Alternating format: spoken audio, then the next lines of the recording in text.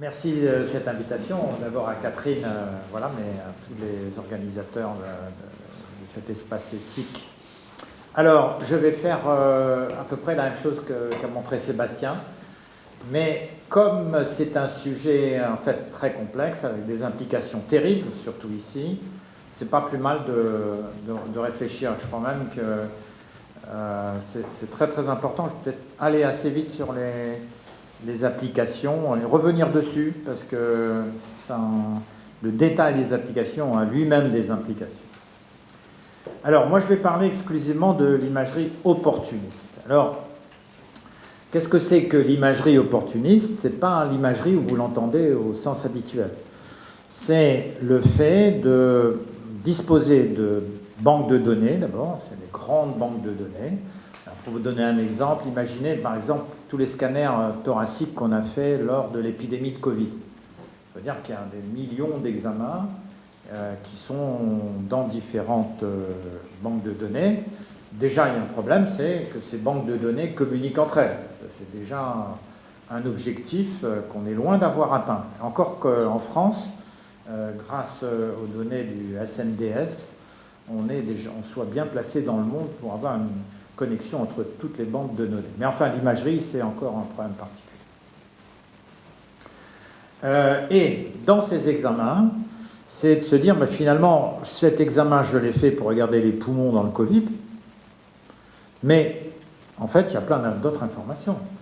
On peut partir d'une idée, moi, qui m'a toujours guidé, c'est que tout est dans tout.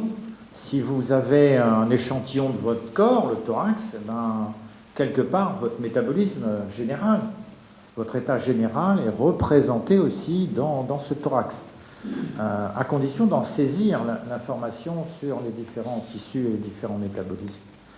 Donc l'imagerie opportuniste, c'est de se dire, ben, je vais aller essayer de recueillir cette information avec un objectif, ce serait de prévenir les maladies ou celles qui ont déjà débuté et que je ne suis pas capable de voir d'emblée. Alors, ce que n'est pas l'imagerie opportuniste, c'est ce que fait le radiologue. Il va faire un scanner du thorax pour chercher une pneumopathie de Covid et il voit une grosse masse dans le foie. Eh bien, ça, ce n'est pas l'imagerie opportuniste, c'est le travail du radiologue. Donc, il s'agit de données qui sont d'habitude négligées et qu'il s'agit d'aller rechercher. Alors la condition, je vous le disais, c'est de reprendre toutes ces bases de données. Et la faisabilité, c'est deux choses. C'est une chose principale, pardon, c'est l'intelligence artificielle. Parce que ces bases de données, elles contiennent effectivement un nombre d'informations incroyable. Et faut-il encore être capable de les analyser? Et ça, c'est hors de portée de l'être humain, du radiologue actuellement, dont la démographie, comme tous les médecins, est très réduite. Et qui peut à peine faire le travail du quotidien. Et parmi les examens qui sont l'objet d'une enquête opportuniste secondaire, eh bien, le scanner s'y prête tout particulièrement, parce que le scanner, plus facilement que l'IRM, d'abord, est très divulgué, et puis deuxièmement, il quantifie facilement. Alors, on peut quantifier bien la quantité de calcium dans les parois des vaisseaux, la densité osseuse, le poumon, par exemple. Dans le poumon, on peut regarder la densité du poumon, voir sa structure, le calibre des vaisseaux, la graisse. Voilà, j'ai mis tout ce qui pouvait être quantifié. C'est presque infini, presque tous les tissus peuvent être quantifiés dans une certaine mesure en scanner. Et je vous montre, certes, je vous remonte, parce que Sébastien Mullet l'a fait, mais les éléments que l'on peut quantifier a posteriori. Par exemple, une chose qui est extrêmement négligée, c'est l'ostéoporose. Pour vous donner une idée actuellement de la situation d'ostéoporose, qui est de la prévention des fractures ostéoporotiques, elle est catastrophique en France.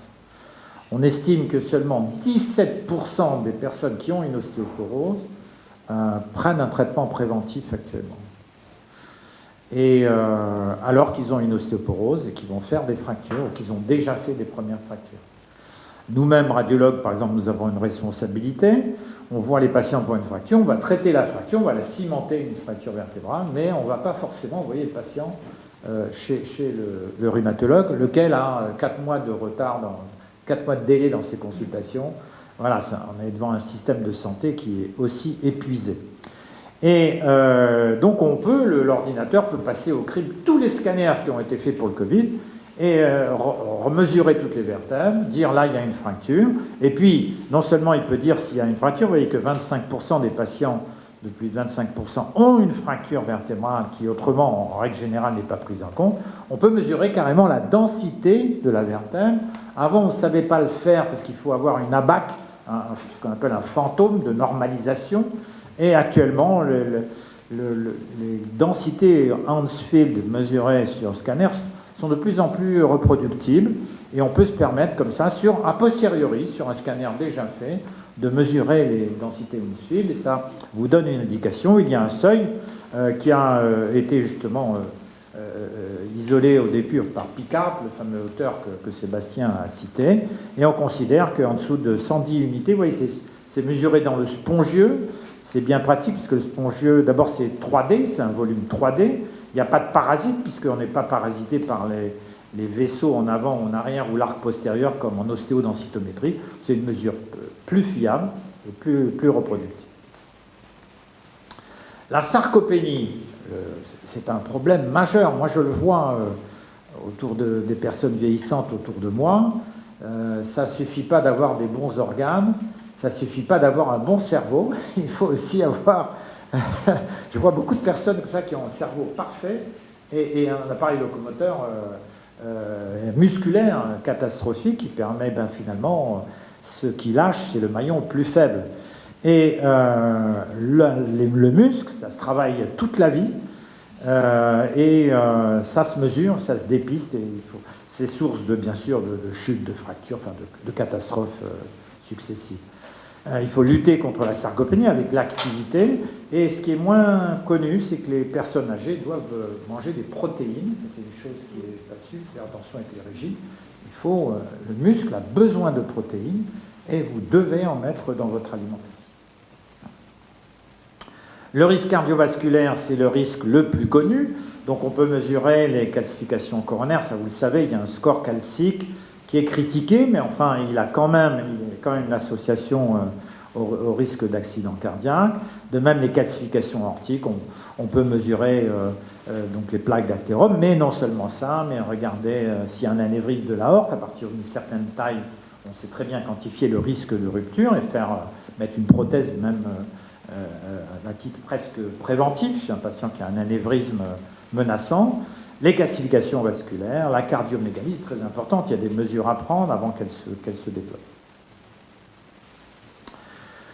L'emphysème pulmonaire. Alors, le poumon, c'est très intéressant parce que vous savez qu'il y a eu à un moment une grande discussion en scanner sur le dépistage systématique organisé du cancer du poumon. On s'est dit, on fait un dépistage systématique, chaque mot compte, systématique organisé, c'est une politique de santé publique. On l'a fait dans le cancer du sein, on pourrait la faire dans le cancer du poumon qui peut détecter des petits cancers. Donc à un moment, c'était en grande discussion et finalement, ça a été la conclusion en France, ça a été de ne pas le faire. C'est très intéressant. Alors vous regardez, comme première réaction, vous dites mais comment c'est possible de ne pas dépister le cancer du poumon alors que on peut l'attraper à un stade précoce. Alors il y a multiples raisons. La première, c'est que certes, par exemple dans une des deux études sur 5 ans, on peut éviter 25% des cancers du poumon. 25% seulement. Pourquoi ? Parce que c'est un cancer qui se développe extrêmement vite. Et vous pouvez, entre deux contrôles à une année d'intervalle, tomber l'année suivante sur un cancer déjà gros. Ça, c'est la première raison. Et la deuxième raison, il y en a plein d'autres, mais la deuxième raison majeure, c'est que les personnes qu'on sauve de cancer du poumon, les 25%, 50 personnes sur 250 cancers dans l'étude, vont, dans les années suivantes, mourir d'une autre complication du tabagisme. Accident cardiovasculaire, cancer de la vessie, ainsi de suite. Donc ça n'a pas de sens d'un point de vue de politique de santé. Alors que vous dites, mais pourquoi ? La réponse, c'est celle de ces problématiques. Et puis il y a un élément qui est directement corrélé à mon exposé, c'est que quand vous dépensez 1 franc dans le soin, eh bien, dépenser 1 franc dans la prévention est une dizaine de fois plus efficace. Donc, il faut, c'est un peu le cœur du sujet, c'est que la politique de santé, elle doit être préventive. C'est une nécessité du futur. Vu le coût de la santé, la politique de santé doit être avant tout préventive. Alors là, c'est le cas. On peut, ça n'est plus limité. Si vous exploitez un thorax, ben, ce n'est plus du tout limité à rechercher un cancer du poumon. On peut notamment rechercher l'emphysème des BPCO, qui est une cause de mortalité extrêmement importante, essentiellement chez les fumeurs. On peut mesurer la quantité de poumons détruits et la fibrose pulmonaire. Et c'est même plus prédictif que les épreuves fonctionnelles respiratoires. On peut avoir une épreuve fonctionnelle respiratoire négative avec un emphysème trouvé au scanner. Les hépatopathies, Sébastien en a parlé, donc on peut mesurer très facilement la quantité de graisse dans le foie, ce qu'on appelle le NASH, mais aussi la fibrose, la cirrhose, j'y reviens pas, et là encore, être aux aguets de la survenue d'un cancer. On peut vous voyez, on peut même sectoriser le foie de façon automatique, comme ici, et déterminer ses différents volumes dans les différents secteurs du foie. Un autre élément très important, c'est le syndrome métabolique. Ça, c'est très important. Tout le monde sait que la graisse sous-cutanée est une graisse qui est relativement protectrice vis-à-vis des accidents cardiovasculaires et des accidents vasculaires cérébraux, alors que la graisse abdominale, habituellement, est mesurée en L1 sur une coupe en L1, vous voyez ici en bleu, eh bien là, c'est un facteur de risque connu, recensé, authentifié de ces accidents vasculaires cérébraux et cardiovasculaires. Alors, ça permet de stratifier les muscles. Moi, je vous montrerai stratifier les risques. Je vous montrerai dans un instant que je suis parti de cette idée un peu pour l'exploiter un peu différemment. Je vais y revenir. Alors, ça, c'est l'imagerie opportuniste. Aujourd'hui, il y a encore des développements. Il y a en développement ce qu'on appelle le scanner à comptage de photons. Alors, qu'est-ce que c'est que, très schématiquement, le scanner de comptage de photons? Actuellement, donc, le scanner, c'est une imagerie des rayons X. C'est-à-dire, on envoie un rayon X non sélectif et on regarde comment il est absorbé par les différents tissus. Et c'est ça qui en fait l'image. Et le rayonnement, disons, il s'échelonne il a une force qu'on appelle les kilovolts, qui s'échelonne entre 80 kV et 140 kV. Et le rayonnement est composite avec ces différents types de rayonnement. Le scanner à comptage de photons, c'est quelque chose de différent. C'est d'envoyer des photons qui ont une énergie bien particulière.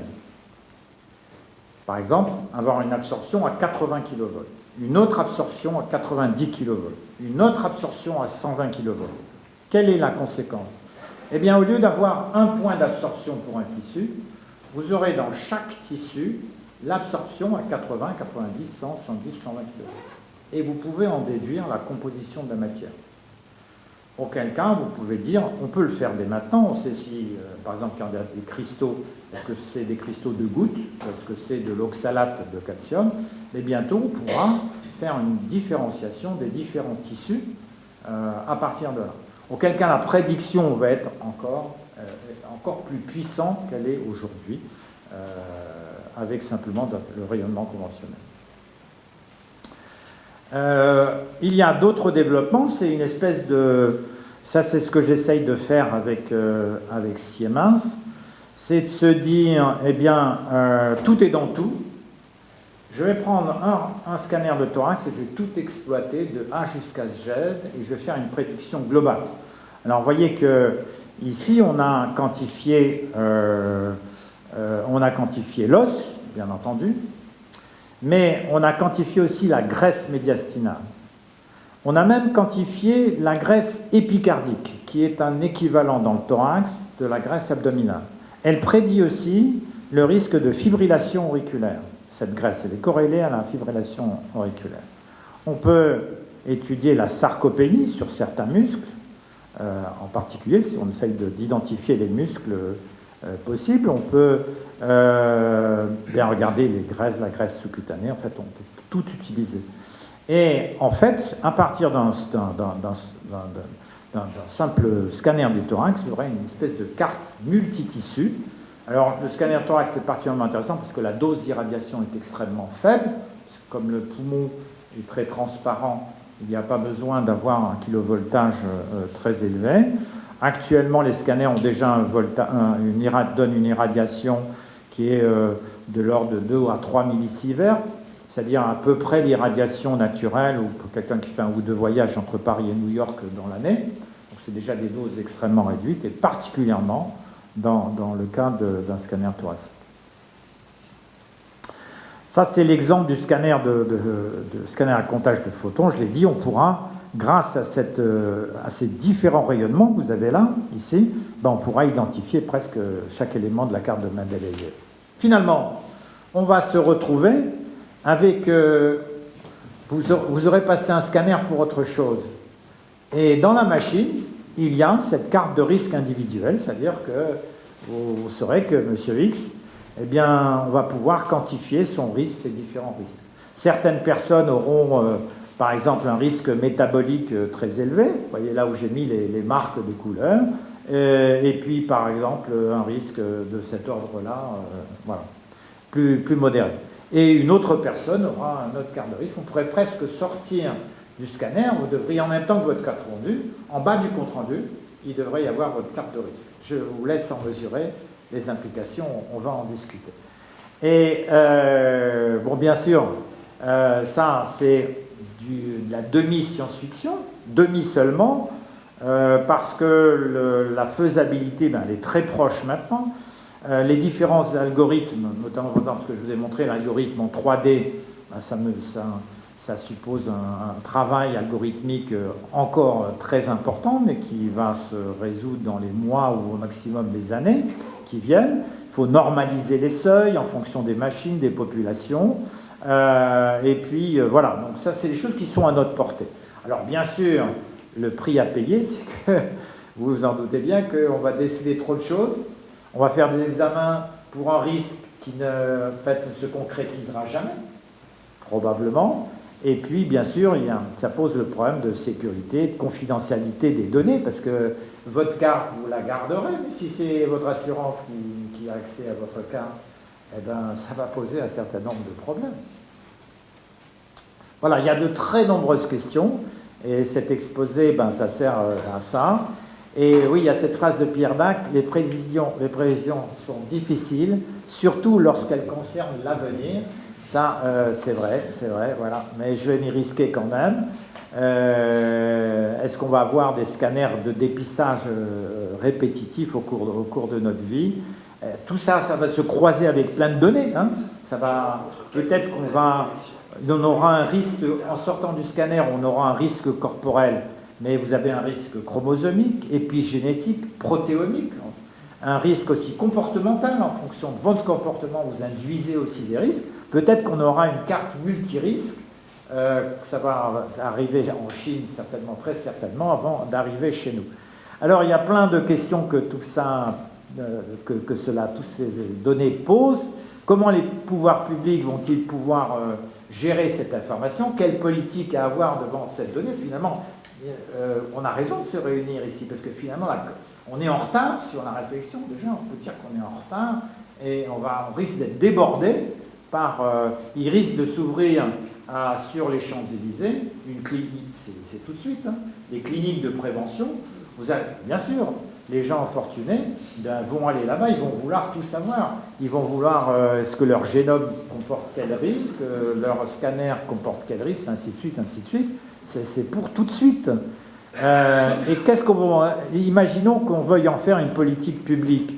Ça demande des investissements énormes avec un bénéfice qui n'est pas... Parce que la prévention rapporte, mais elle rapporte à long terme. Elle coûte très cher au moment donné pour rapporter à long terme. Comment les individus recevront-ils cette prédiction personnalisée? Certains vont dire, bon, écoute, j'ai ce risque-là, voilà. Et puis d'autres vont en faire une espèce d'obsession qui va perturber leur vie.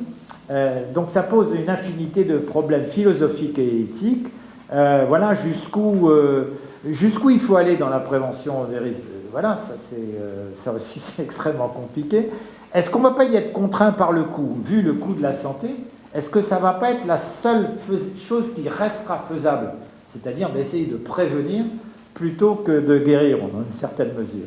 Et puis, même si on le décide, qui rappeler à partir de quel seuil, comment, pourquoi, et que fait-on de la iatrogénie, des choses que les examens que vous allez prescrire pour aller plus loin, vont induire. Voilà toutes les questions que cela suggère.